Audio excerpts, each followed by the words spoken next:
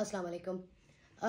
जब मैं किसी पेशेंट से कोई पेशेंट अगर मुझसे रब्ता करता है, फ़ेथ से रब्ता करता है कि जी हमें ये मसला आ रहा है या हमें ये प्रॉब्लम आ रही है सेहत के हवाले से, तो सबसे पहले जो है वो रिपोर्टें माँगी जाती हैं। किसी भी डॉक्टर से भी बात करूँगी अगर मैं, आपके लिए कोई कंसल्ट करूँगी, तो वो आपकी रिपोर्टें माँगेंगे, लेटेस्ट और कुछ महीने पुरानी ही।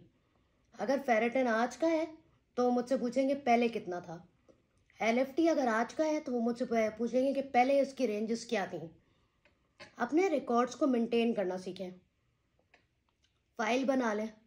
अगर आपकी हॉस्पिटल में आपके जो टेस्ट हो रहे हैं आप उसकी अगर फोटोकॉपी नहीं करा सकते या आप उसकी हार्ड कॉपी नहीं ले सकते, तो आप अपने मोबाइल में, अल्हम्दुलिल्लाह हम सबके पास एक कैमरे वाला मोबाइल होता है, आप उसकी एक पिक्चर खींच लें और पिक्चर खींच के आप या तो उसको प्रिंट करा के रख लें या फिर अपने मोबाइल में रख लें या फिर आप उसको गूगल ड्राइव पे रख लें, लेकिन आप उसको रिकॉर्ड कहीं ना कहीं रखें।